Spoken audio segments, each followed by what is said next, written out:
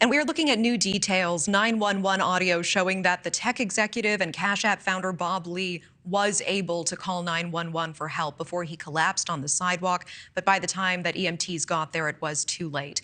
Dispatchers were able to use his phone's GPS to eventually find him there.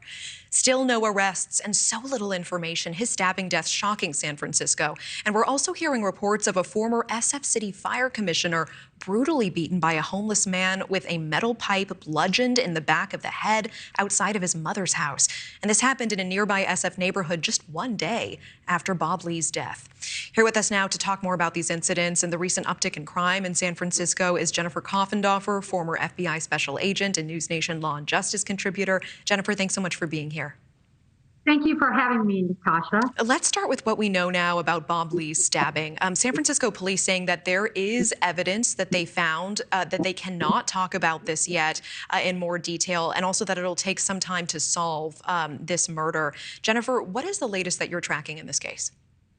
Well, it's complicated from the standpoint of this isn't necessarily a random act. We don't know that. What we do know is this is really a high-profile individual. The hour it was committed in the morning is certainly suspect, very early morning hours, so that's why they're very little witness identification. But we do know that they have video, and I think that's going to be very important in this case. We've also heard that there's a 4-inch knife, like a cutlery knife. Now, this is very interesting because people don't walk around with a 4-inch cutlery knife unless they plan to do something insidious, like has happened here. I appreciate that detail. Thank you. And, meanwhile, this other case we're looking at, a former SF City fire commissioner beaten in the back of the head with that metal pipe. He has a fractured skull. He has a long recovery ahead. He was apparently knifed in the face. What more do we know about this incident at this time? Well, this incident is quite likely random.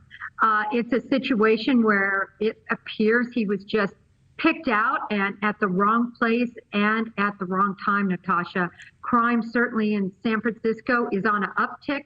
But again, there's only been 12 murders, and compared to other cities the size of San Francisco, that's actually quite low on the year. I appreciate you pointing that out because according to the San Francisco Police Department, incidents of rape, human trafficking, and car theft are all up in just the first few months of 2023 so far compared to the same period last year.